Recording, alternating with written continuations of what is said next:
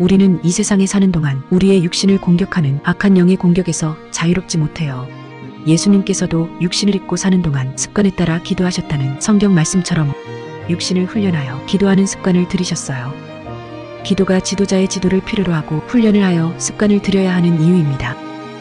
기도하는 것이 힘들고 마음이 쓰레기 같아서 기도하기 싫을 때 기도를 포기하면 기도의 내공이 쌓일 수가 없어요. 그래서 저는 기도하기 싫을 때 이런저런 무거운 사역의 짐으로 인해 마음이 힘들 때 이를 악물고 어깨에 힘을 주어 간절하게 하나님을 부르며 하나님을 찬양하고 감사하고 회개하며 불쌍히 여겨달라고 애걸복걸하며 기도합니다. 그러면 1시간이 채 지나지 않아서 평안이 찾아오고 기쁨이 올라오기 시작하죠. 제가 이렇게 행복하게 살 수 있는 동력이 바로 기도의 힘이에요. 많은 사람들이 이 책을 통해 기도의 습관을 들여서 이 땅에서도 행복하게 살다가 영원한 천국에 갈 수 있기를 바라요. 성령의 사람을 만드는 기도훈련 매뉴얼. 나는 이렇게 기도해서 하나님을 만났다.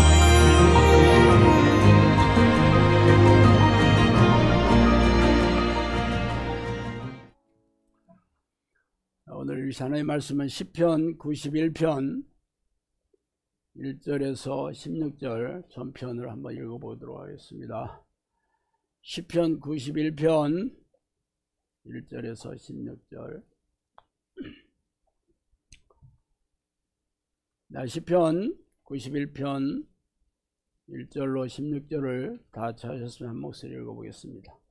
지은자의 은밀한 곳에 거주하며 전능자의 그늘 아래에 사는 자여, 나는 여호와를 향하여 말하기를 그는 나의 피난처요 나의 요새요 내가 의뢰하는 하나님이라 하리니, 이는 그가 너를 새 사냥꾼의 올무에서와 심한 전염병에서 건지실 것이미로다.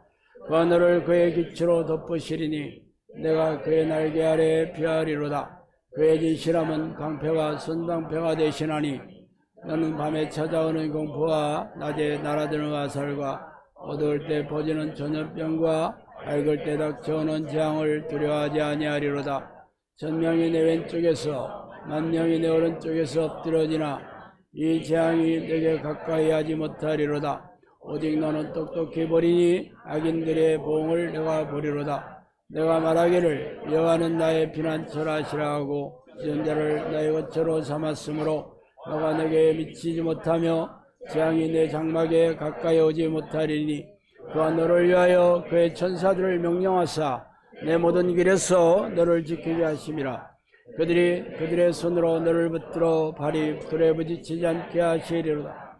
내가 사자와 독사를 밟으며 저먼 사자와 뱀을 발로 누르리로다. 하나님이 이르시되 그가 나를 사랑한즉 내가 그를 건지리라. 그가 내 이름을 안즉 내가 그를 높이리라. 그가 내게 간구하리니 내가 그에게 응답하리라. 그들이 환난 당할 때 내가 그와 함께하여 그를 건지고 영화롭게 하리라.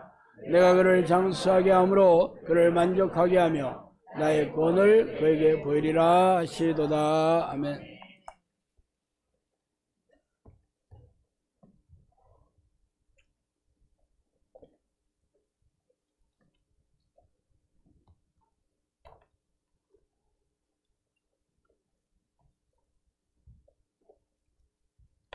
오늘 하나님께서 천국을 누리게 하는 백성은 누구인가? 라는 제목을 같이 은혜를 나누겠습니다.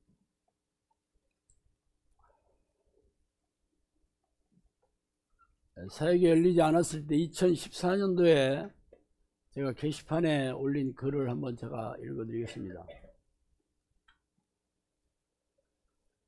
제가 하나님 부르는 기도를 한 게 기도를 시작하고 2002년이 들어서고 보니까 12년이 넘어섰네요. 지난 10여 년 동안 아내와 단둘이 예배를 드렸다가 2년 전부터는 두 가정이 찾아와 세 가정이 공동체를 이루어 나가고 있습니다. 10년 동안 아내와 단둘이 예배를 드려도 하나도 어색하지 않았습니다. 하나님이 함께 하신다면 인원이 많고 적은 게 그리 중요하지 않게 생각했기 때문입니다. 그러나 주변의 지인들은 그런 저를 이상한 눈초리로 생각했던 것도 사실이죠. 교회 간판도 십자가도 없이 원룸을 얻어 교회로 삼고 목회를 하니 능력이 없는 목회자라고 생각하는 것 같았습니다. 그러나 그들의 마뜩치 않은 시선이나 부정적인 생각에 하지 않았습니다. 의아하게 들릴지 모르겠지만 그간의 삶도 나름 만족스러웠기 때문입니다. 저희 부부는 성령으로부터 적지 않은 말씀을 들어오고 있는데 그 중에 하나가 잃어버린 영혼들을 많이 보내줄 테니 잘 양육하라는 말씀이었어요. 그런데 12년 동안 아내와 단둘이 예배를 드리다가 2년 전부터 두 가정, 아이까지 합쳐 모두 8명이 예배를 드려오고 있지만 장소가 비좁고 환경이 열악하여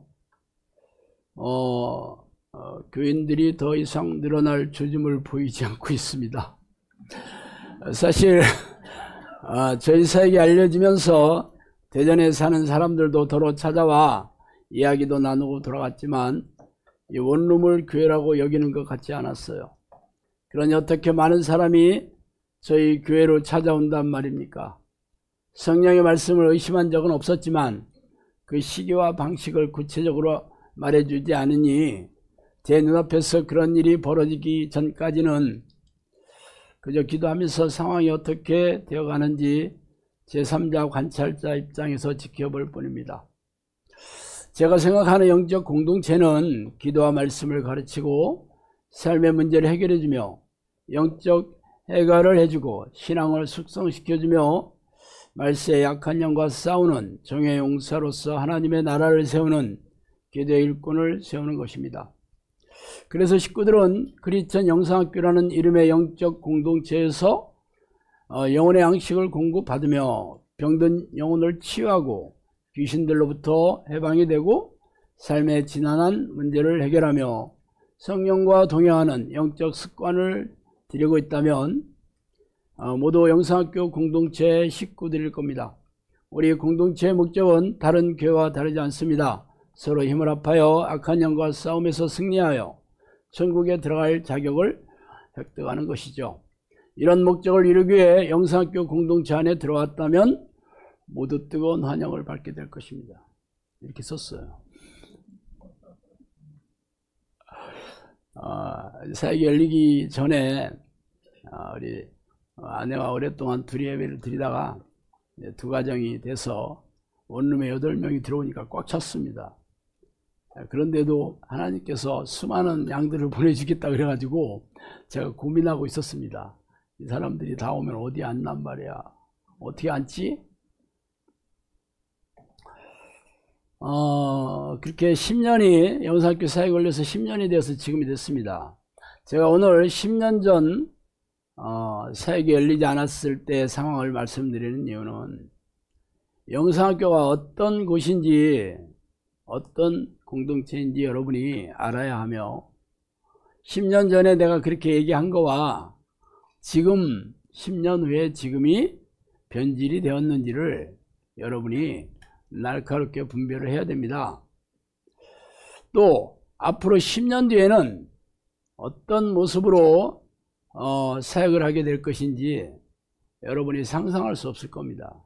제가 10년 전에 지금 이 모습을 상상할 수 없었잖아요. 그런데 앞으로 10년 뒤에는 당연히 상상할 수 없을 겁니다.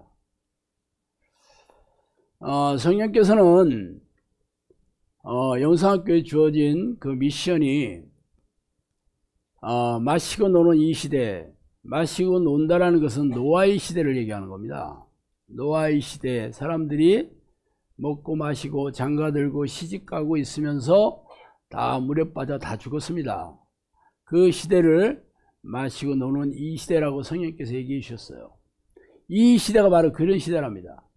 바로 멸망방학이 바로 전, 종말의 날이 오기 바로 전에 이 시대에 너희들이 불시이다. 한국도 기도의 불이 꺼져간다는 것을 알고 성령의 불길을 다시 일으켜 세운다는 것을 알고 있어라 저한테 그랬어요.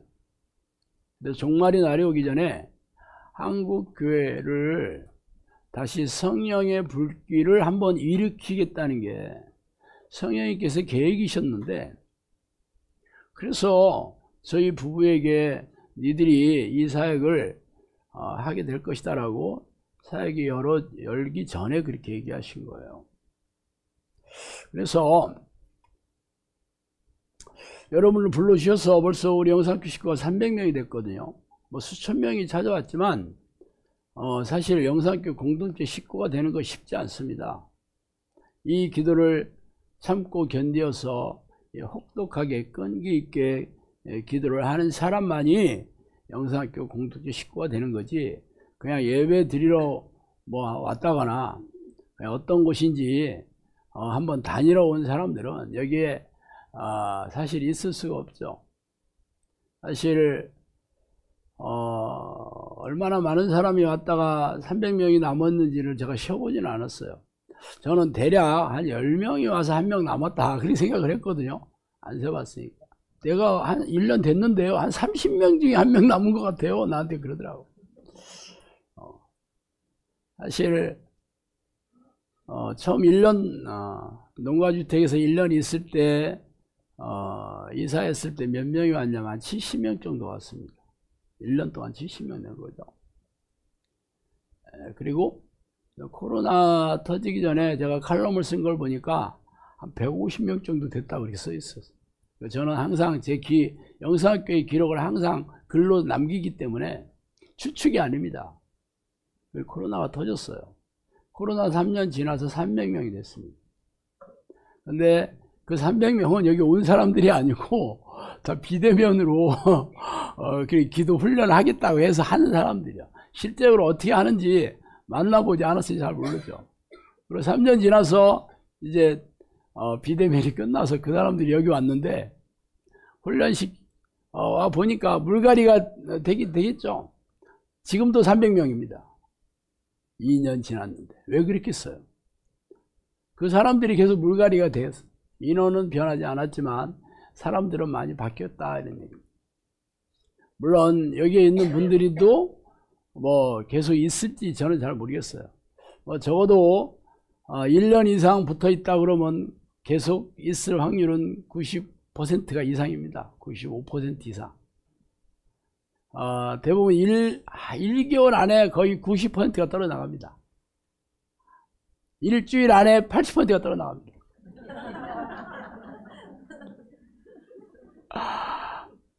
그러니까 3개월, 6개월만 버티면 거의 80% 이상이 영상학교 식구가 될 확률이 높아지죠. 어쨌든 그것은 확률, 지금까지 데이터를 가지고 얘기하는 겁니다. 그만큼 영상학교에 붙어 있는 것은 실로 어렵습니다. 본인이 힘들어서도 간들고 영상학교에서 가르치는 이 신앙 방식 혹은 성경의 가르침들이 그동안 들어왔던 것들과 다른 게 많이 있죠. 특히 구원론이나 성경론에 대해서는 현대 교회와 판이하게 다릅니다. 그런 것들이 맞지 않으니까 본인이 힘들어하기도 하고 본인이 받아들이기도 어렵고 그래 떠나가는 사람도 많고, 대부분은 기도 훈련이 너무 혹독해서 떠나갑니다. 그래도 안 떠나가는 사람들은 제가 그만두라고 합니다. 그래도 안 떠나가면 제가 문자를 보내요. 훈련 종료. 개인적으로 보냅니다. 걱정하지 마세요. 뭐 다른 사람한테 공개 안 해. 그래도 안 보인다 그러면 사람들이 별로 물어보지도 않아. 영상학교 그 문화가 그렇습니다. 왜 그러냐? 영상학교는 성령의 사람을 양육하는 것이지 교인들을 양육하는 것이 아닙니다. 성령께서 저한테 그랬어요. 나는 교회 안에 교인들이 구름대처럼 몰려드는 걸 세지 않고 천국에 들어오는 백성만 센다, 그렇게 얘기했습니다. 말하자면 교회 안에 앉아있다고 해서 천국에 들어간다는 얘기가 아닙니다. 성경적인 버전으로 얘기하자면 초청은 받은 자는 많되 택함을 받은 자는 적다, 그렇게 얘기했죠. 택함을 받으려면 예복을 입어야 되는데 그 예복이 바로 성령의 사람이 되는 겁니다. 물과 성령으로 거듭난 자만이 내 나라에 들 수 있다. 니고데모한테 얘기했잖아요. 교회 다닌다고 성령의 사람 됩니까? 물론 성령이 안에 계시다 뭐 그렇게 가르치긴 해요. 근데 우리는 성령의 증거와 변화나 능력이나 열매가 성경대로 나타나야 됩니다. 초대교회에 나타난 그 성령의 열매가 그대로 영성학교에서 나타나지 않으면 인정 안 합니다. 그러니까 사람들이 힘들어하죠. 그 성령이 사람이 되는 그 기준을 정확하게 훈련시킵니다. 대충 아닙니다. 그래서 제가 먼저 이 기도를 10년을 해서 성령께서 저를 찾아오셨어요. 그랬어요. 너는 죽기 살기로 나를 찾아왔다. 그렇게 얘기하시더라고. 그러면서 내가 너를 기도의 종으로 삼겠다. 기도의 종으로 부르겠다. 내가 너와 함께 하겠다. 수도 없이 얘기했어요. 사역이 열리기 전에요. 대부분의 예언노트에 썼던 내용의 95%는 사역이 열리기 전에 얘기했습니다. 그리고 한 5%는 사역이 열린 다음에 얘기하신 거를 5년 전에 예언노트 책으로 출판할 때 저희 부부의 개인적으로 얘기했던 내용을 빼놓고 올린 겁니다.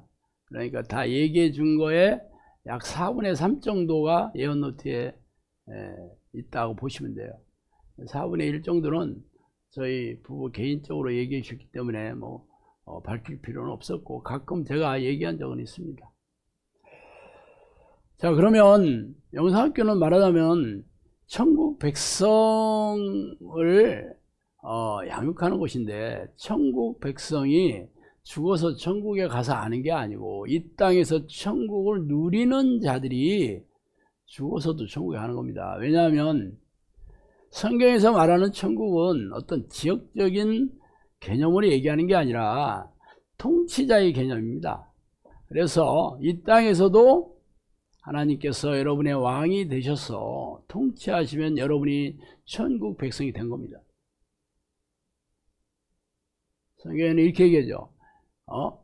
하늘나라가 어디 있냐, 천국이 어디 있냐고 바리새인들이 물어보니까 얘기하잖아요. 예수님이 천국이 여기 있다 저기 있다가 아니라 천국 하나님의 나라는 너희 안에 있느니라. 그래서 그 잣대가 뭡니까? 교회에 온 게 아니에요. 하나님의 나라는 성령 안에 있는 의와 희락과 화평이다 그랬습니다. 성령 안에 있는 의, 하나님의 의는 바로 예수 그리스도의 보혈로 우리의 구원의 문을 열어주신 게 의입니다. 그래서 정확하게 보혈의 능력으로 죄 씻음을 받는 자들이죠. 받은 자들. 죄로 인해서 어떤 불행이나 고통을 받지 않아야 됩니다. 오늘 읽은 91편 바로 그 사람들 얘기하는 겁니다. 그래서 화평과 이 희락인 기쁨이고 화평은 평안이잖아요. 여러분의 마음에 기쁨과 평안함이 넘쳐나는 걸로 증명해야 됩니다. 여러분이 교회 다니면서 그래서 나 한번 가슴에 손을 얹고 생각해 보세요. 또 다른 증거는 하나님의 나라는 말이 아니라 능력이 있다고 그랬습니다. 성령의 능력이 여러분한테 인연하는 거예요. 그게 바로 물과 성령으로 거듭난 사람의 증거입니다. 여러분 성령의 능력이 있어요? 성령은 있다고 하는데 능력은 없어요. 대부분의 성령의 능력 없죠. 무슨 성령의 능력이 있어?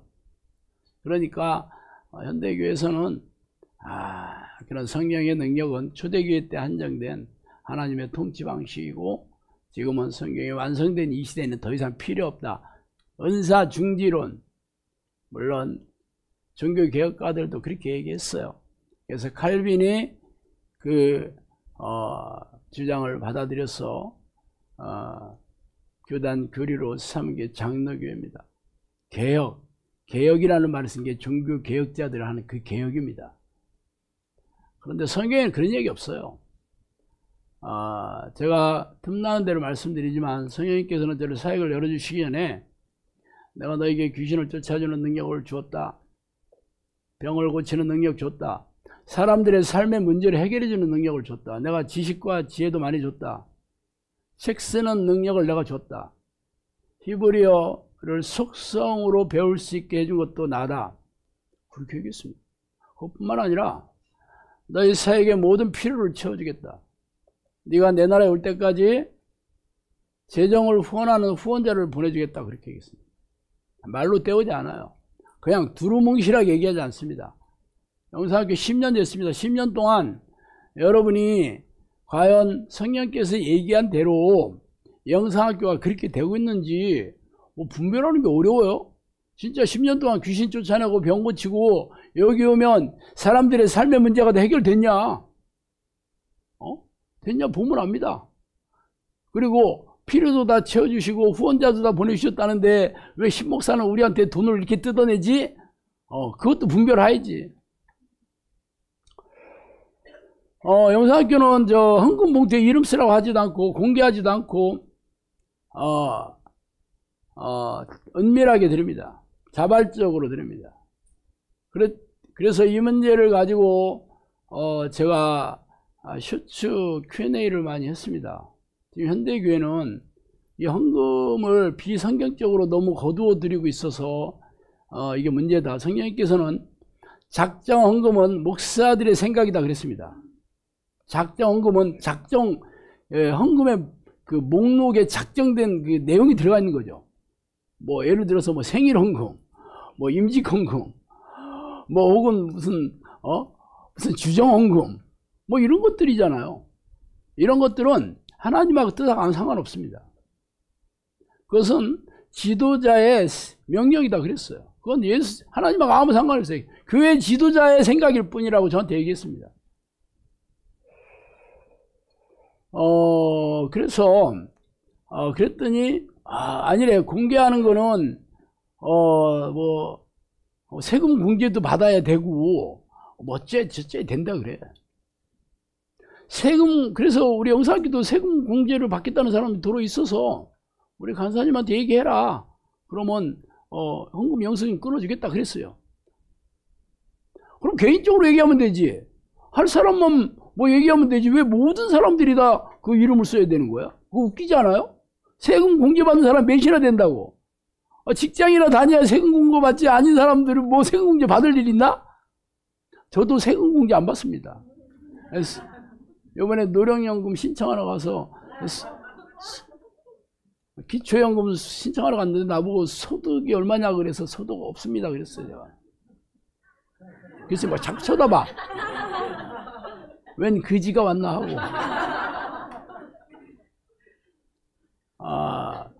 저는 수입이 없습니다. 난 처음 시작할 때부터 난 사례를 안 받겠다 그랬습니다. 물론 뭐 제가 재산이 있는 것도 아니고 뭐 어디서 뭐 돈 버는 뭐 능력이 있는 것도 아닌데 그렇게 한 이유는 성령님께서 저한테 내가 너의 모든 필요를 채워주겠다고 얘기했기 때문에 굳이 나는 사례비가 필요 없습니다. 뭐 그게 어떤 통로가 됐든지 영상학교 뭐 헌금을 가지고 저도 생활비 쓰죠. 딱 생활비만 씁니다. 따로 뭐 그것을 내 개인적인 용도로 쓰지 않습니다. 뭐 내 돈이 아니기 때문에.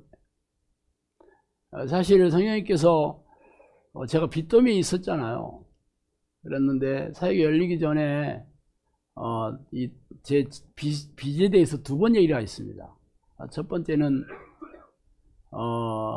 중간에 그 빚이 뭐 사실 저도 우리 지인들이 저를 담보를 해서 저한테 빌려줬기 때문에 내가 파산을 하면 하더라도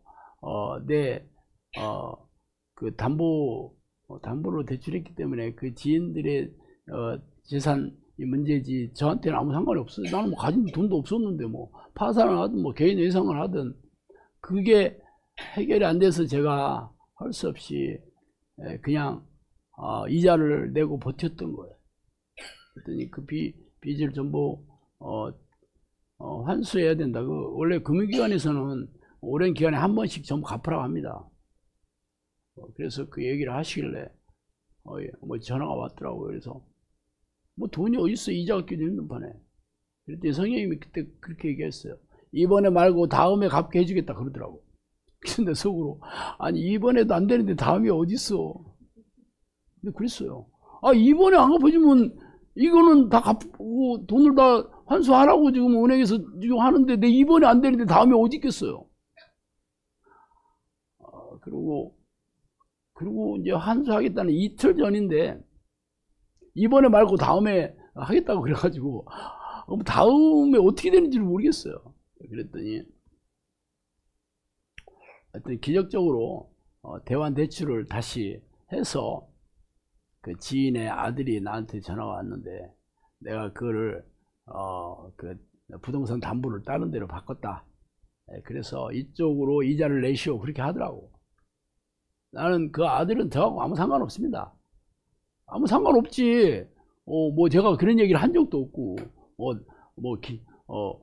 본인이 빌려준 것도 아닌데 그게 하나님께서 마음을 이렇게 움직여서 바꿔줬어요.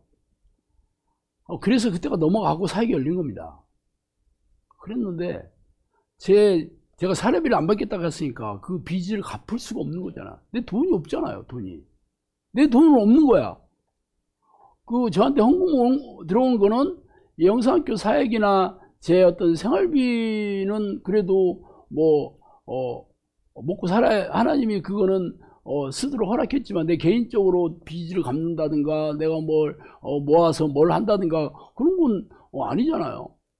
그렇게 그래서 잊어먹고 몇 년 지나다가 한 5년 됐나? 여러분 내가 얘기했잖아요. 전혀 모르는 사람이 저한테 와서 헌금하러 왔다 그러더라고. 그래서 내가 헌금 저한테 할 필요 없다. 우리 영상학교 계좌로 하면 된다. 그랬더니 아니래. 내 빚을 갚아주러 왔다 그러더라고. 그래서 내가 그 사람한테 아니 당신 내 빚이 있는지 어떻게 아냐 했더니 책에 써있다 하더라고. 책을 읽고 빚을 갚아주고 싶다는 마음이 계속 들어가지고 찾아온 거예요. 우리 영상학교 신고 아닙니다. 물론 인터넷으로 유튜브도 보고 책도 읽었던 분인 건 사실이에요. 그래서 내가 그 생각이 딱 드는 거야. 옛날에 성령님께서 몇 년 전에 얘기해 주셨잖아요. 그래서 자기가 다 준비해 왔대. 그 얼마냐가 물어보지도 않아. 다 준비해 왔대. 얼마 다 갖고 왔다는 거야. 그래서 나도 내 빚이 얼마인 거 모르거든요. 그냥 이자만 냈지. 오랫동안. 고반 20년 가까이 10몇 년을 냈으니 내가 이자가 계속 못 냈으니까 이 원금도 불어났죠 계속. 그래서 그 다음날 내가 은행에 전화해 봤어요. 그 금액이 1원도 안 틀리더라고. 이분이 가까운 돈이 1원도 안 틀리는 그 금액을 딱 갖고 왔어요. 그래서 제가 빚을 갚은 사람입니다. 내가 잃은 사람이요.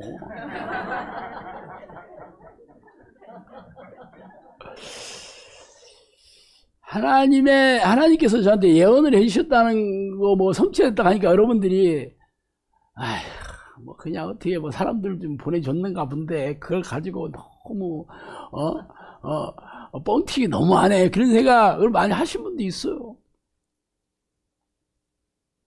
근데 내가 얘기하는 거예요. 저한테 개인적으로 얘기해 주신 내용이 다 그런 것들이에요. 그러니까 이거는 상상할 수가 없습니다. 저뿐만 아니라 영상학교에서도 재정적으로 아주 그냥 다 망해가지고 온 사람들도 저보다 더 대단한 하나님이 기적으로 갚아준 분들이 있어요. 한번 또 얘기해볼까? 기왕 얘기 시작했으니까. 이 얘기도 아시는 분들은 다 아시지만 우리 권사님이 교회 신축한다고 보증을 섰다가 집이 다 날라갔습니다. 그것 때문에 온 건 아닌데 하여튼 그래서 영상학교를 이제 오게 됐는데 그분이 나이가 돼서 누령연금을 받을 때가 돼서 이제 동서남북서 가가지고 왜 누령연금이 나는 왜 안 주냐 그랬대요. 그랬더니 재산이 많아서 안 준다 그랬대. 그래서 아니 내가 그신데 돈 하나도 없고 집도 없는데 뭐냐 했더니 주식이 많아서 안 되는데. 사실 나도 주식이 좀 많았는데 주식이 나는 쌀이었어요.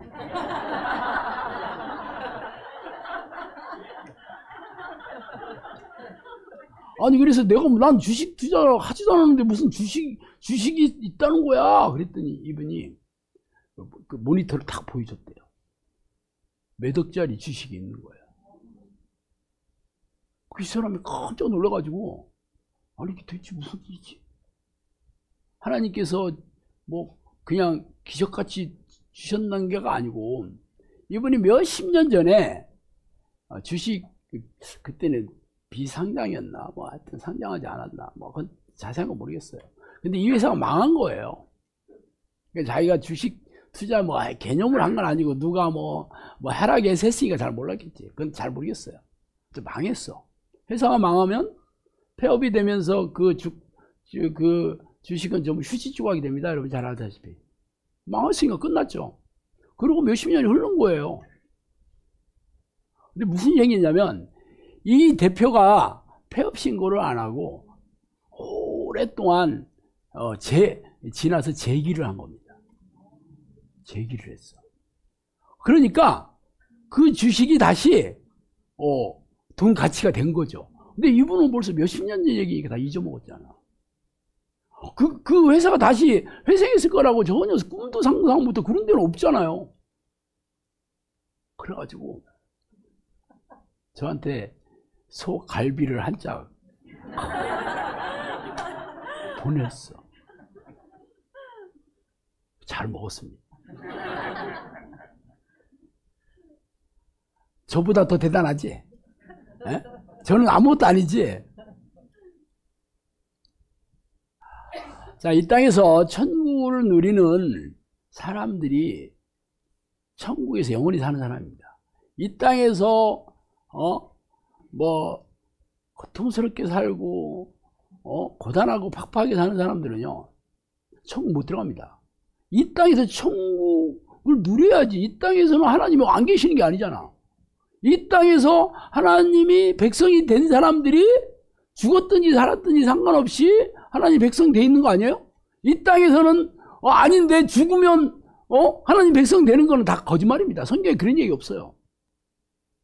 그래서 어떻게 해야지 이 땅에서 천국을 누리는 백성이 되느냐. 내가 6가지로 엑기스를 뽑아봤습니다.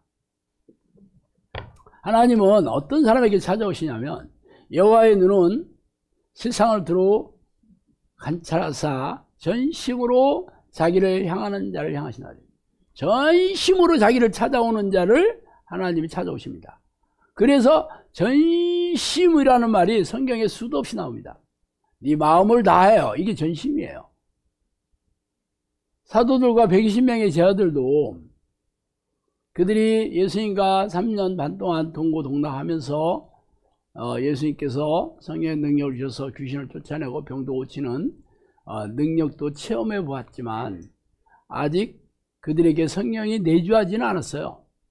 그래서 예수님이 부활하시고 승천하시면서 그들에게 너희들은 예루살렘을 떠나지 말고 하나님이 약속하신 성령을 기다려라 라는 그 명령에 따라 마가의 다락방에 올라가서 그들이 어떤 기도했냐면 성령의 임재를 구하는 기도를 했다는 거죠.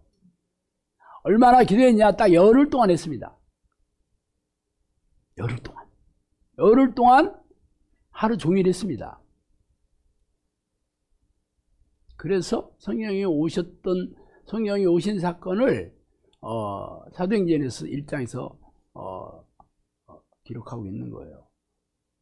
어떤 사람한테 오셨다고요? 전심으로 찾는 사람들이.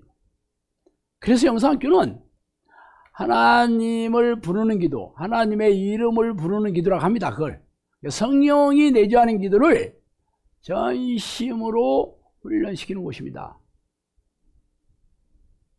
그런데 어떻게 훈련시키냐? 성령님께서 오시는 수준을 정확하게 훈련시킵니다.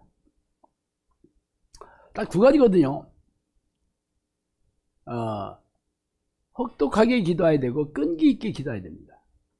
이거는 나중에 성령님께서 저한테 오셔가지고 기도를 어떻게 해야 되는지를 전부 양육시키는 기본적인 텍스트를 저한테 얘기해 주셨습니다. 그래서 예언노트에 다 있어요. 혹독하게 끈기 있게입니다. 그래서 혹독하게 하는 것을 어떻게 하는 건지를 여기서 영상학기는 구체적으로 알립니다. 구체적으로. 그냥 열심히 해라 아닙니다. 새벽기도 평생 다 했다. 물론 새벽기도가 참 다른 나라에서는 새벽기도 같은 거 없는데 우리나라에서만 열심히 해가지고 여러분들이 기도하면 새벽 5시에 교회에서 하는 새벽 예배 마치고 나서 기도하는 그것을 새벽기도라고 생각합니다. 물론 새벽에 교회 가서 기도하는 것 자체가 뭐 좋지. 그것도 성경적이긴 해. 문제는 거기서 5분 기도하고 하루 종일 기도 안 하면서도 본인은 기도 잘하고 있다고 생각한다는 거예요. 또 두 번째는 기도의 내용도 하나님의 뜻하고 아무 상관없습니다. 지가 원하는 걸 구하는 거죠. 그래서 어떤 행위냐고요? 응답 같은 건 없어. 응답이 무슨 응답이야? 물론 하나님께서 은혜로 기도 응답을 해드린 적은 있겠지. 평생 몇 번이나 됩니까 그게? 그거 가지고 평생 훈장으로 삼아. 훈장으로. 영상학교는 기도하는 것마다 응답 와야 됩니다. 아니면 인정 안 해. 성경에 써 있잖아. 니들이 믿고 구하는 것마다 받는 줄 믿으라고 그랬잖아. 그 믿는다는 게 뭔데? 그 믿음이라는 건 하나님이 주시는 선물이에요. 성경적인 믿음은. 믿음, 사랑, 지혜, 지식. 고린도서 15장 읽어보셔요. 그래서 하나님이 주시는 믿음이 이게 성경적인 믿음이에요. 그것은 기적이 일어나는 믿음. 하나님 인정해줘. 백부장, 내가 이스라엘 중에 이만한 믿음을 본 적이 없다. 그랬는데 뭐 응답 없겠어? 스르보니 여인, 네 믿음이 너를 구원했다 하는데 딸이 귀신이 안 나가겠냐고. 하나님 인정해줘. 예수님 인정해줘. 100% 응답이 와야 되는 거지. 근데 교회에서는 다 자의적인 믿음이야. 너 믿음이 있으니까 교회 왔지. 믿음이 있으니까 11조 내고 헌금 내고 예배 드리는 거 아니야. 자의적인 믿음, 이성적이고 합리적이고 상식적인 믿음. 교회에서 관행적으로 얘기하는 믿음입니다. 성경하고 아무 상관없어요. 성경에는 하나님이 인정해 주셔야 되는 겁니다. 물론 처음 시작은 내가 결심하고 믿겠습니다 하고 시작하는 건 맞아. 그렇지만 그게 끝이 아닙니다. 하나님이 인정해 주신 믿음으로 인정을 받아야 되는 거예요. 근데 교회에서는 목사들이 인정하는 믿음 혹은 다른 교인이 인정하는 믿음, 자기가 생각해도 나 믿음 있는 것 같아. 그래서 아무 일 아니랍니다. 어떤 사람에게 하나님이 간절히 찾아오는지를 우리가 구체적으로 하잖아요. 제가 해보니까 아침에 일어나서 무조건 1시간 이상 무조건 집중적으로 기도해야 돼. 이것을 양보하거나 타협하면 하루 종일 기도의 삶을 살기가 억수로 어렵습니다. 우리는 새벽 기도라는 건 없어요. 아침에 일어나면 기도합니다. 아침 기도입니다. 아침 기도. 왜냐하면 새벽 기도 갔다 와서 자잖아. 목사들은 새벽 기도 갔다 와서 잡니다. 대부분. 그렇지만 평신도들은 직장 가야지. 먹고 살아야지. 그래서 새벽기도 갔다 오면 직장에서 조는 거예요. 그거 웃기는 일 아니에요? 나도 전에 새벽기도 좀 가봤는데 어찌 피곤한지. 그 다음부터는 안 갔어요. 새벽기도 안 가면 기도라는 거를 뭐 못하는 거잖아. 교회에서 그게 전부 기도가 전부인 줄 아는데. 대부분의 사람들은 기도 안 하고 살아 그냥. 대부분의 교인들 하루에 10분도 기도 안 합니다. 이게 병폐예요. 병폐. 그게 미혹시킨 거죠. 성경에 없는 기도 방식을, 어려운 기도 방식을 만들어서 아침 새벽 5시에 일어나서 기도하라는 게, 뭐 그것도 하겠다는 사람은 뭐 새벽 4시에도 일어날 수 있겠지. 그래서 우리는 몇 시에 일어나는 게 중요하지 않아. 아침에 일어나면 기도합니다. 그러니까 출근해야 된다 그러면 출근하는 시간 맞춰서 그 전에 1시간 전에 일어나야 돼요. 근데 교회로 가서 기도해야 된다 그러면 갔다 왔다 하는 시간 10분 기도하는데 가는데 30분, 오는데 30분이야. 그것도 본교회에 가서 기도해야 되는데 본교회. 나 기가 막혀. 본교회 가라 그랬어. 우리는 있는 그대로 가정에서 기도하는 게 우리 영상학교의 기본 방침입니다. 하나님은 어디에나 계시는데 왜 그 교회 건물 가서 해야 되는 거야? 물론 뭐 교회 건물이 지 집이라면 해도 되지. 제가 우리 이 교회 건물이 제 집이거든요. 칸막이 뒤에가 우리 집이거든요. 그래도 여기 와서 기도 안 합니다. 저는. 여기 와서 기도 한 번도 안 해봤어요. 우리 마누라는 가끔 한 번 해요. 저는 항상 이제 서재에 가서 기도하는. 언제 저는 항상 기도 훈련 습관을 드릴 때 장소에 상관없이 기도했습니다. 차에서 기도 제일 많이 했어요. 차에서. 어디서나 기도했습니다. 그래서 저는 장소에 구애받지 않습니다. 그래서 우리 영상교 식구들 훈련시킬 때도 똑같이 합니다. 일단 그리고 아침에 일어나서 제가 2시간 기도하거든요. 저는 출근 안 하니까 2시간 하지만 출근하는 사람들은 아침에 1시간은 무조건 해야 됩니다. 왜 그렇게 해야 되냐? 잘 때 귀신들이 머릿속에 생각을 엄청나게 집어넣습니다. 잘 때 자면서 기도하는 사람은 없거든요. 잘 때 귀신들이 들어와서 이렇게 생각을 넣어줘요. 아침에 일어나면 이걸 털어내야 되는 거예요. 이걸 안 털으면 그 생각들이 계속 이제 어떤 상황이 만들어 가지고 서로 막 싸우게 하기도 하고 막 이렇게 죄를 짓게 만드는 거죠. 귀신들은 죄를 짓게 만드는 게 그들의 주요한 공격 목표입니다. 죄인으로 만들면 하나님과 분리가 되거든요. 하나님은 죄를 미워하시고 죄인을 가까이 할 수 없기 때문에 일단 하나님으로부터 분리시키려면 죄를 짓게 만드는 겁니다. 그런데 교회에서는 이 죄에 대해서 가르치지도 않고 다 천국 백성 됐다고 하는데 죄에 대해서 안 가르치잖아. 죄가 좀 있다고 구원이 취소되지 않는다 이런 헛소리나 가르치고 있죠. 이건 새빨간 거짓말입니다. 예수님께 십자가에 뭐하러 들어와 있어요 그럼? 죄가 있어도 천국 갈 것 같으면 예수님이 십자가에 왜 들어가 있어요 그럼? 회개하는 자가 천국 가는 겁니다. 죄를 가지고 천국 못 갑니다. 계시록에 보세요. 전부 세마포 옷을 입은 사람들이 천국에 있다고 써 있지. 어디 죄가 있는데 천국 가는 어디 있어요? 진짜 이 현대교회는 전부 지옥, 이게 이 현대교회의 이 지도자들 이 머리에 전부 귀신들이 타고 미호경이 타고 앉아가지고 귀신들이 넣어준 생각을 가리키고 있어요 지금. 성령님께서 마귀들은 이 귀신들도 여러 질이 있습니다. 마귀들이 고급 영들이에요. 마귀들이 주로 미호경들, 이 생각으로 속이는 애들이 주로 센 귀신들이거든요. 미호경, 이 마귀급들의 지도자급 귀신들은 주로 목자들을 공격한다 그랬어요. 목사들, 혹은 신학자들, 이런 사람들입니다. 장로, 권사, 이런 사람들을 미혹시켜 놓으면 다른 교인들은 알아서 다 그냥 지배를 합니다. 성령님께서 대부분의 목사들의 머리에 미호경이 타고 앉아 생각을 넣어줘 미혹시켰다. 성공했다 그랬습니다. 그리고 대부분의 교인들의 미혹의 영의 지배를 받고 있다 그랬습니다. 기가 막힌 일이죠. 그래서 하여튼 이 기도라는 거는 왜 쉬지 않고 해야 되냐. 귀신들이 24시간 쉬지 않고 제약된 생각을 넣어줍니다. 근데 그게 나쁜 일을 하라는 생각이 아니에요. 내 중심적인 생각을 넣어주는 거예요.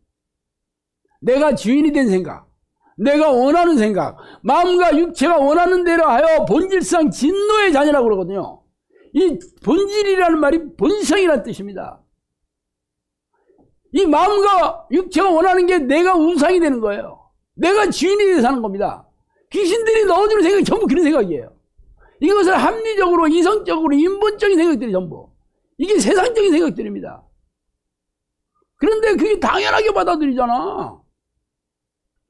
교회에서 장로 선출할 때 어떻게 해요? 투표하잖아. 성경에 어디 투표하라고 되어 있습니다? 없어요. 성경에는 지혜와 성령에 충만한 자들을 뽑아서 제비를 뽑는 거잖아. 어디 투표 많이 얻은 사람 장로 된다는 게 어디 성경, 이게 인본적인 방식이에요. 근데 왜 교회에서는 그렇게 하냐? 인본적인 사상이 교회를 지배하고 있기 때문에. 그리고 성령이 충만한 사람도 없어. 그 지혜라는 거는 하나님이 주시는 지혜를 얘기합니다. 그러니까 성령의 사람이 없기 때문에 인본적으로 사람들한테 인정 많이 받은 사람, 밥도 잘 사주고 덕담 잘하고 대인관계 좋은 사람, 또 부자, 이런 사람들이 장로 되는 거잖아, 대부분. 그게 현실이에요. 이게 그럼 교회가 하나님의 뜻대로 교회 지도자를 안 세우는데 무슨 그 교회가 하나님의 교회가 되겠어? 그래서 하는 모든 것들이 교회에서 관행으로 내려온 종교의식이 열심히 하는 겁니다. 하여튼 영산교는 오직 성경대로입니다. 오직 성경대로. 영산교에서는 무슨 여러 가지 행사 하나도 안 합니다. 우리는 뭐 무슨 수련회니 뭐 이런 거 절대 없습니다. 우리는 무슨 여성교회, 남성교회 이런 것도 없어. 우리는 성가대도 없고 교사도 없습니다. 유일하게 하는 게 기도와 말씀으로 하나님을 만나는 이 영적, 이 훈련시키고 습관 들이는 게 영성학교에서 목숨 걸고 하는 겁니다. 다른 건 다 본질적인 거예요. 본질적인 일은 주인인 하나님을 만나서 동행하는 겁니다. 이런 사람들이 성령의 사람이 되는 거고, 그게 내가 성령의 능력으로, 증거로, 변화로, 열매로 증명해야 되는 거예요. 그렇게 해서 10년 됐으니까, 여기서, 몇 년씩 한 사람들이 그렇게 됐는지 여러분들이 확인해 보면 돼. 그래서, 우리가 지금 함익 합박기, 뭐, 정용사 그 매뉴얼, 뭐, 기가 막히지만, 사실 저는 그렇게 기도하지는 않았거든요. 나는 누가 시킨 적도 없고, 훈련시킨 적 없습니다. 저도 처음부터 그렇게 빡세게 하지는 않았고, 계속 하다가 아무 일도 없으니까, 또 뭐, 기도에 또 나름대로, 육체가 이제 기도하는 게 적응이 되니까, 기도하는 게, 이제 어느 정도 습관에 듣긴 했는데, 아무 일도 없어서 내가 7년, 8년 지난 다음에, 제가, 도대체 내가 이렇게 1, 2년 기도한 것도 아니고 하루 종일 그래도 기도하려고 애썼는데, 왜 아무 일도 없는 거지? 하고 저한테 내가, 질문을 했습니다. 그러면 성경이 가짜냐? 내가 성경에서, 성경의 말씀을 뽑아내서 그대로 기도한 거거든요. 전심으로 쉬지 않고 하나님을 부르는 기도, 하나님 찾는 기도를 했는데. 그러면 성경이 가짜야? 아니면 내가 그렇게 안 한 거야? 둘 중 하나를 내가 선택해야 됐습니다. 뭐 성경이 가짜 아니면 내가 그렇게 안 한 거지 뭐. 그래서 제가 아침에 눈을 뜨면 하루라도 내가 쉬지 않고 전심을 한번 해보자고 저한테 일을 갈고 시작을 했습니다. 그 생각을 잊질 않았어요. 그러니까 기도를 잊질 않게 되더라고. 중간에 기도의 하나님 부르는 이게 기도를 잊어먹는 것은 그 결심을 잊어먹으니까 내가 기도를 잊어먹었거든요. 하루 종일 안 잊어먹게 되니까 하루 종일 기도하게 되더라고. 그러고 나서 제가 성령이 주시는 기쁨을 내가 체험하기 시작했다고 얘기하자. 그렇게 한 1년 조금 넘어서 성령이 얘기하기 시작했어요. 그러면서 그랬어요, 저한테. 네가 나를 죽게 살기로 찾아왔다 하고, 내가 기도하는 데를 두루 다 찾아봤지만 너희들처럼 기도하는 게 처음 봤다 그랬어요. 그때는 우리 집사람하고 같이 기도했고, 우리 집사람이 저희 첫 제자입니다. 우리 집사람은 한테 내가 기도하라고 절대 안 했죠. 왜냐하면 남편 때문에 인생이 다 망했는데 거기서 이 기도하라고 하면 나를 데리고 살겠어요? 그러니까 좋은 얘기 해도 쫓겨날 판인데 왜 기도 안 해? 이런 얘기 했다가 너 때문에 내 인생이 망했잖아. 그 얘기 100% 나오니까. 그래서 우리 집사람한테 누가 이 기도를 하겠어. 계속 얘기하니까 집사람이 인상 쓰다가 내가 한번 해볼게 그러더라고. 우리 집사람이 아주 뭐 독종이거든. 처음에 집사람이 기도를 시작하는데 팔이 딱 올라가는데 1시간 2시간 안 내려오는 거야. 완전히 막 몰입이 돼가지고 기도하는 거야. 막 내가 얘기하잖아요. 막 눈물 콧물을 쏟는데 이거를 닦지도 않아. 막 코가 막 질질 흐르는데도 내가 막 질렸습니다. 우리 집사람은 한 달도 안 돼가지고 저랑 같이 귀신 쫓으러 다녔다니까. 내가 얘기 안 해요. 귀신 쫓는데 둘이 쫓다가 우리 집사람 화장실 가면 내가 너무 힘들었어요, 진짜. 그렇게 파워가 느껴져. 그때는 뭐 여럿이 하는 것도 아니고, 그때는 저도 3년간 훈련 받을 때니까 파워가 그렇게 세진 않았거든요. 그래서 나는 다른 사람들은 다 성령이 다 빨리 오겠다 그랬는데 뭐 그렇게 열심히 안 하더라고. 우리 마누라처럼 열심히 하는 사람 내가 진짜 별로 못 봤어요. 우리 집사람은 남편이고 뭐가 없어. 이 하나님을 독차지하고 싶어하는 이 욕심이 막 장난 아닙니다. 아마. 그러면 하루 종일 기도하려면 내가 하고 싶은 거 다 해가지고는 하루 종일 기도할 수 없잖아. 직장 다니는 걸 뭐 안 할 수는 없잖아. 집에서 집안 살림살이 하는 거 최소한 한 거 다 해야 되나. 그거 말고 여러분이 해도 되고 안 해도 되는 건 무조건 다 잘라내야 됩니다. 여러분이 하고 싶은 거 다 하고 내 인생은 없네 뭐 어쩌고 그러면 할 필요 없습니다. 이게 여러분 인생 없습니다. 원래 하나님께서 사람을 만들 때 하나님의 영광을 위해서만, 넌 나를 찬송하기 위해서 만들었지 네 멋대로 네가 원하는 대로 살기 위해서 만드신 거 아니에요. 사람들이 그게 인본적인 생각이지. 성경에는 그렇게 얘기한 적이 전혀 없습니다. 하나님께서 만드신 피조물이에요. 여러분들은 하나님의 뜻대로 살기 위해서 만든, 그런 사람들에게 하나님께서 행복하게 살게 해주시는 거. 그렇게 안 사는 사람들은 하나님하고 상관없는 사람입니다. 교회 다닌들 무슨 소용이야 그게. 11조 낸들 무슨 소용이야. 무슨 봉사한들 무슨 소용이야 그게. 새벽기도 간들 무슨 소용이야 그게. 새벽기도 다니는 악인이고 성가대 하는 악인이고 주일 성수하는 악인이에요. 하나님하고 상관없는 사람이에요. 불쌍히 여기기는 하지. 그렇지만 기회를 안 잡으면 그걸로 끝이에요. 요즘 사람들이 많이 보는 게 주로, 전에는 텔레비였잖아. 우리는 영상학교는 무조건 텔레비를 보지 말라고 하니까 텔레비를 보면서 기도하는 사람은 없습니다.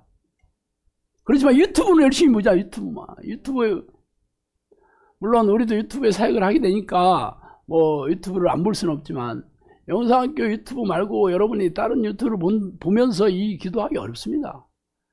그것들이 어떤 유튜브를 봐야 여러분이 좋아하는 거, 관심 있는 거 보잖아. 그런 것들이 한번 들어오면 머릿속에 안 나간다니까. 기도할 때 당연히 그 생각 때문에 기도 집중이 안 되지. 철저하게 같이 해야 됩니다.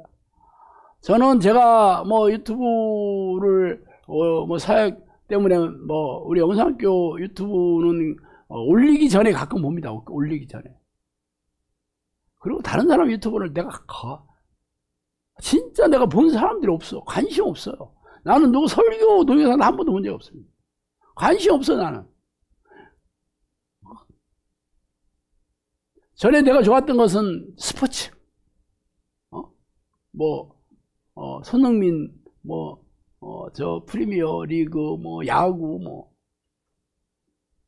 그러니까 안 보잖아. 안 봐도 결과가 굉장히 궁금했어. 그래서 이제 뉴스 이렇게 검색해보면 나오잖아. 그러면 지면 찝찝하잖아. 아니, 내가 손흥민이 있는 이게 토트넘에 있는데, 토트넘 애들이 진 거하고 나하고 무슨 상관이 도대체? 아니, 손흥민이 잘 돼가지고 돈 많이 받으면 나한테 뭐 붕어빵이라도 하나 사주는 것도 아닌데, 내가 그럴 필요가 뭐 있나? 그런 생각이 들었어요. 아니, 국가대표 경기, 올림픽 경기에서 뭐 잘못했다 하는 게 나하고 무슨 상관이 있어? 내가 그것 때문에, 그래, 잘하면 나 기분이 좋지만, 잘못했다 그러면 내가 왜 기분이 나빠서 기도하는데 방해가 받아야 되지? 그게 자연스럽게 정리가 되더라고. 안 보면 관심도 없어요. 여러분 드라마라는 게 계속 보면 궁금하지, 안 보면, 안 보다가 한 번 보면 이게 이야기가 어떻게 들어가는 걸 모르기 때문에 궁금하지도 않아요. 안 보면 여러분들이 전혀 유혹을 받지 않습니다. 보니까 유혹을 받는 거예요. 철저하게 끊는 겁니다. 적당히 끊어서는 안 돼요. 확실하게 끊어야 돼요. 뭐든지 그래요. 특히 주변 지인들,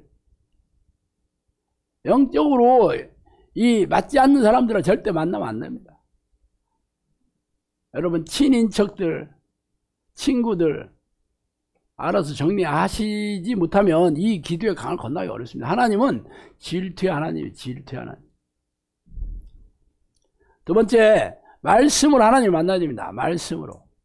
성령님께서 그랬습니다. 너희들은 나를 못 보지만 나는 너희들을 보고 있다. 성경 안에서 나를 만나라 그랬습니다.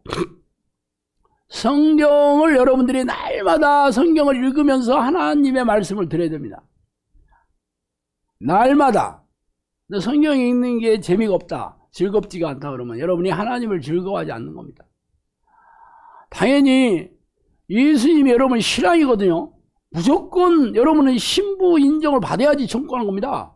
내가 성경 읽기 싫다고 해서 때려쳐 그러면 예수님도 당연히 때리치지. 네가 누군지 모르겠다 한다니까.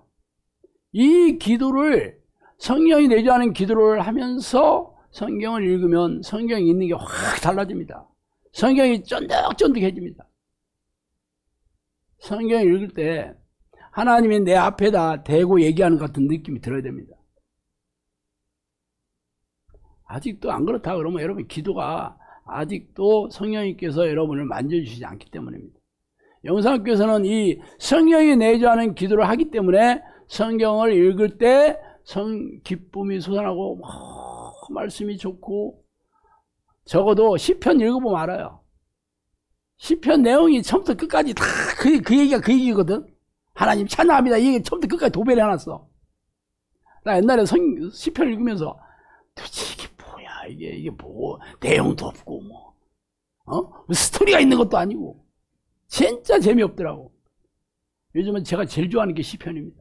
근데 우리 마누라가 맨날 시편 좋대 자기. 그게 이해가 안 갔어요. 다윗이 얘기한 게 내가 얘기하는 거 됐다니까. 나도 그렇게 되고 싶어요. 내 이해예요. 내 마음이에요. 내가 하나님께 얘기하는 것처럼 다른 성경은 하나님 나한테 얘기하는 거지만 시편만큼은 내가 하나님한테 얘기하는 거거든. 이걸 나중에 내가 알게 됐어요. 왜 내가 시편을 좋아하나 봤더니 이거 내가 하나님한테 찬양하는 거니까 그게 우리가 찬송 부르는 거랑 똑같아. 근데 아직도 여러분이 성경을 읽는 것을 즐기지 않는다, 즐겨하지 않는다. 하여튼 그렇습니다. 특히 에어노트는 참고서입니다. 참고서. 성경에서 얘기한 것을 풀어준 게 에어노트입니다. 당연히 에어노트도 쫀득쫀득 해야 됩니다. 적어도 하루에 성경과 에어노트를 둘이 합쳐서 1시간을 읽어야 돼. 그렇게 안 하면 재미가 없다는 거예요, 여러분. 억지로 의무적으로 하는 사람들은 하나님이 여러분을 의무적으로 만나 주실 리가 없습니다. 세 번째는 죄와 싸우는 거죠. 불순종이 죄예요.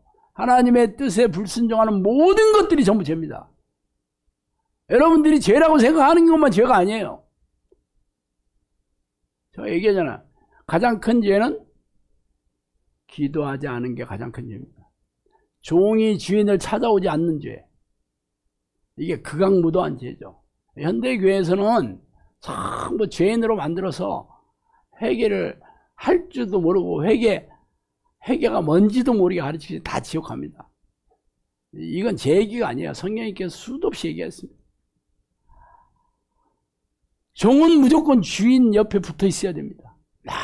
날마다 하나님을 늘 부르고 찾고 찬양하고 감사하고 경배하고 자기의 죄를 회개하고 하나님의 뜻을 구하는 기도. 이게 주기도문의 기도예요. 그게 항상 기도하라 그랬어요. 쉬지 말고 기도하라 그랬어요. 사무엘은 기도를 쉬는 죄를 범치 않겠다 그랬습니다. 당연히 기도를 쉬는 게 죄지. 현대교회는 이 기도를 하지 않기 때문에 다 이게 망조가 되는 거예요.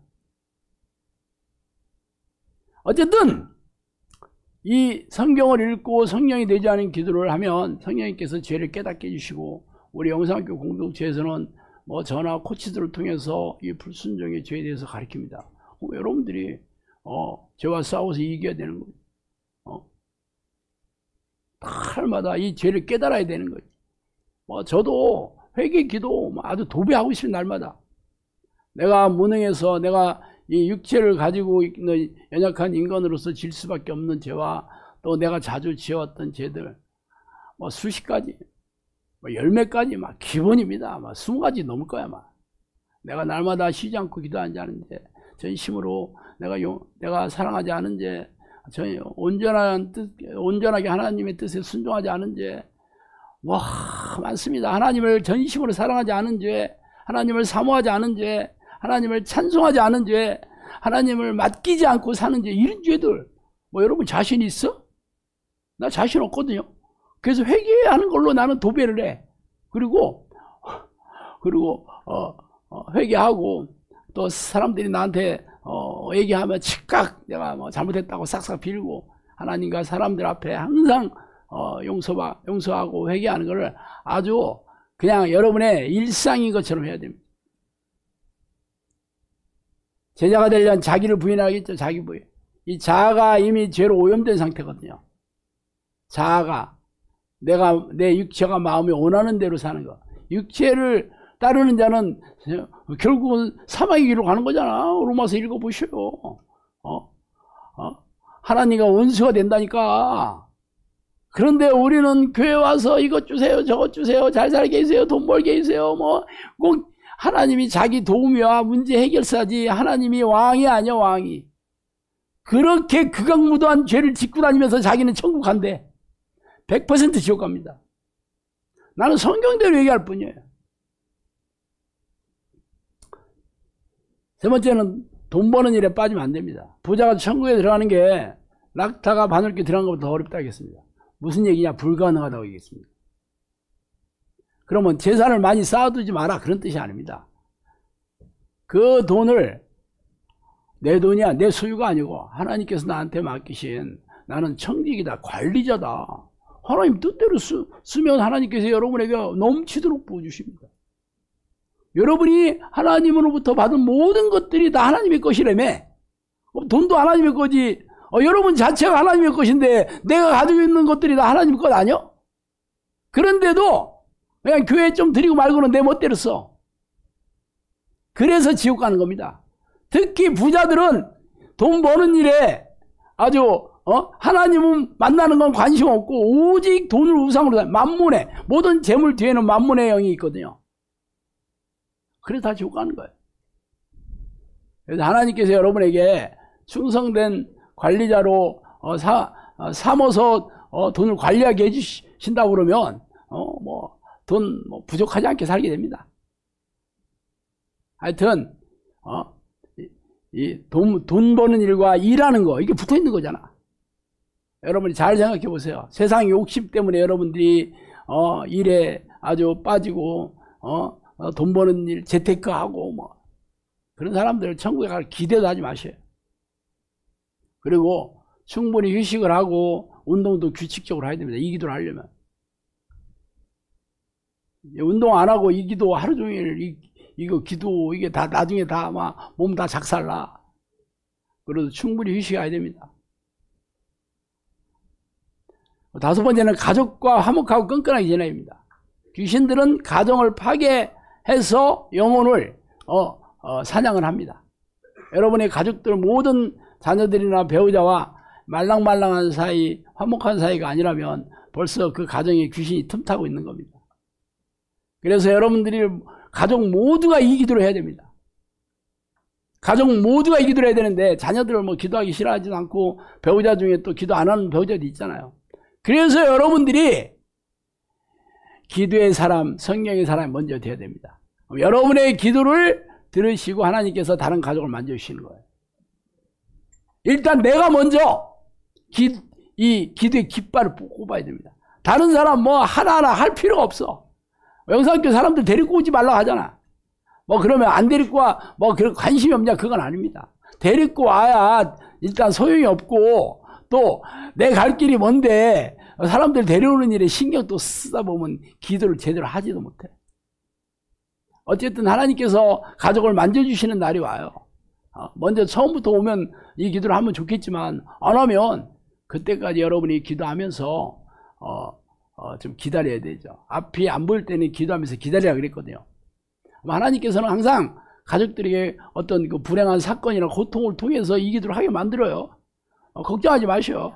남편 기도 안 한다 그러면 남편이 안 되는 안 좋은 일이 계속 생겨 이제. 그러면 할렐루야 하고 화장실에 가서 웃고 있으면 돼. 남편 보고 웃었다간 지금 심각하죠.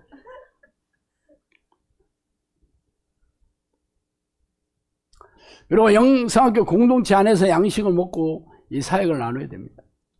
물론 뭐 영성학교 아니면 다 가짜냐? 그건 잘 모르지 나는. 대부분 구원론과 성령론을 성경대로 가르치는지 보면 되고 진짜 이 기도와 말씀으로 하나님을 만나는 영적 습관을 가르치고 훈련시키서 성령의 사람들을 만들어내라면 어느 교회라도 다 진짜입니다. 근데 제가 그런 교회를 본 적은 없어요. 뭐 개인적으로 그렇게 하는 사람이 있는지는 모르겠어. 그런 사람이 있겠지 왜 없겠어. 그렇지만 교회에서 이렇게 가르치질 않아.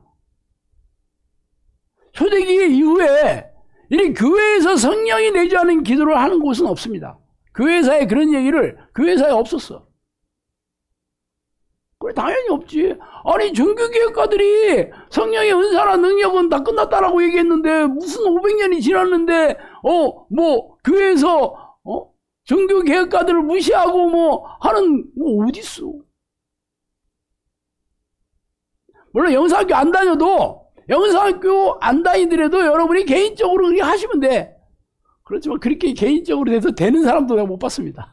10년 동안. 영사학교는 아시다시피 성령께서 설립하시고 이끄시는 영적 공동체입니다.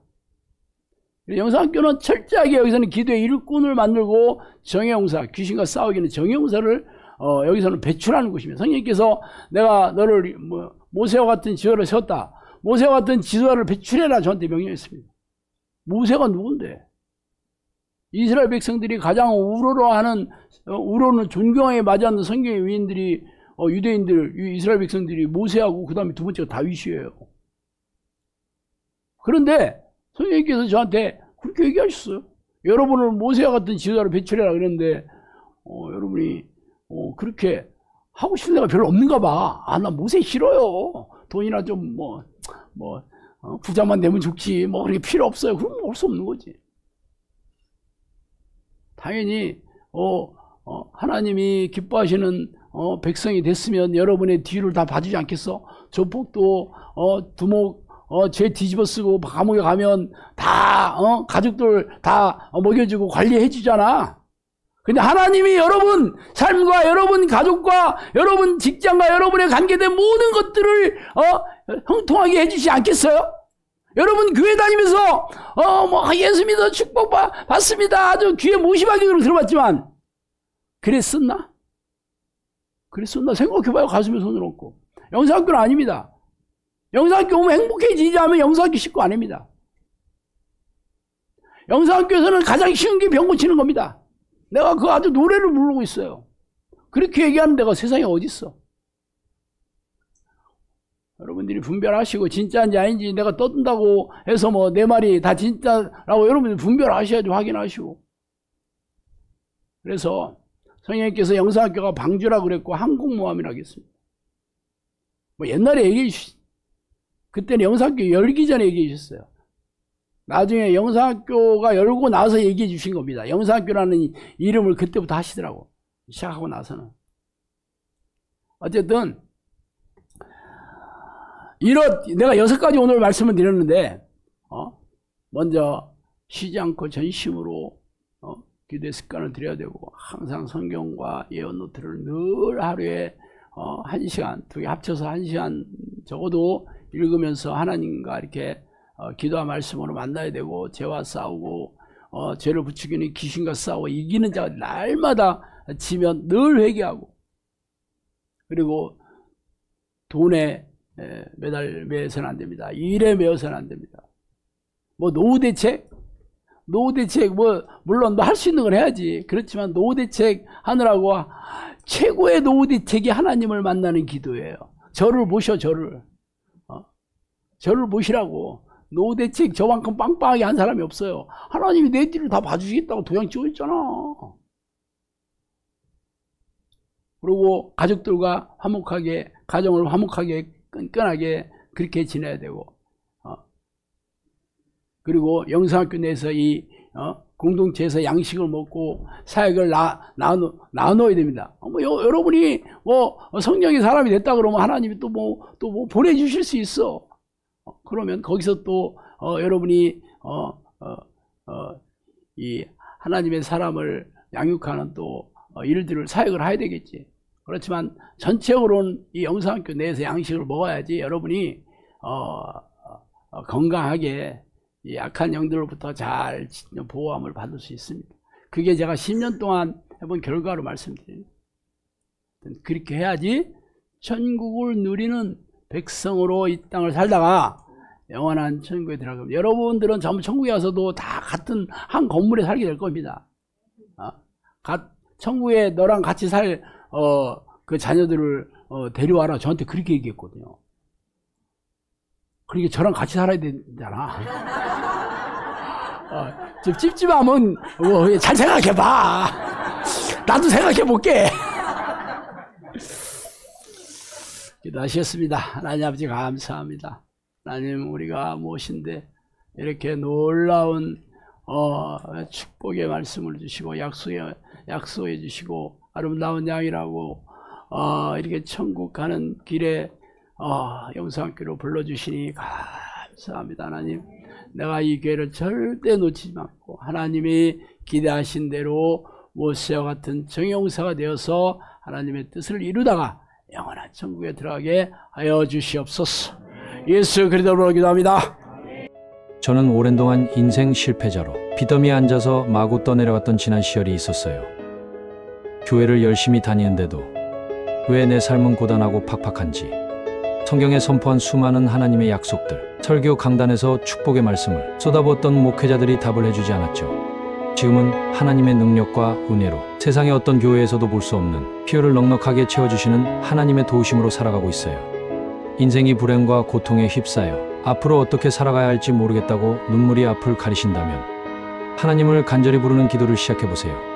한치 앞을 알 수 없는 마지막이 가까워지고 있는 이때에 오랫동안 고생의 떡과 슬픔의 눈물을 마시며 살았던 인생 선배로서 하나님의 축복으로 어떻게 이렇게 놀라운 삶을 살게 되었는지 고통받고 있는 크리스천들에게 알려주고 싶어서 이 책을 쓰게 되었어요. 당신도 이 책을 통해 형통하고 행복한 삶을 살게 되면 좋겠습니다. 크리스천 영성학교 신목사의 행복을 잃어버린 크리스천입니다.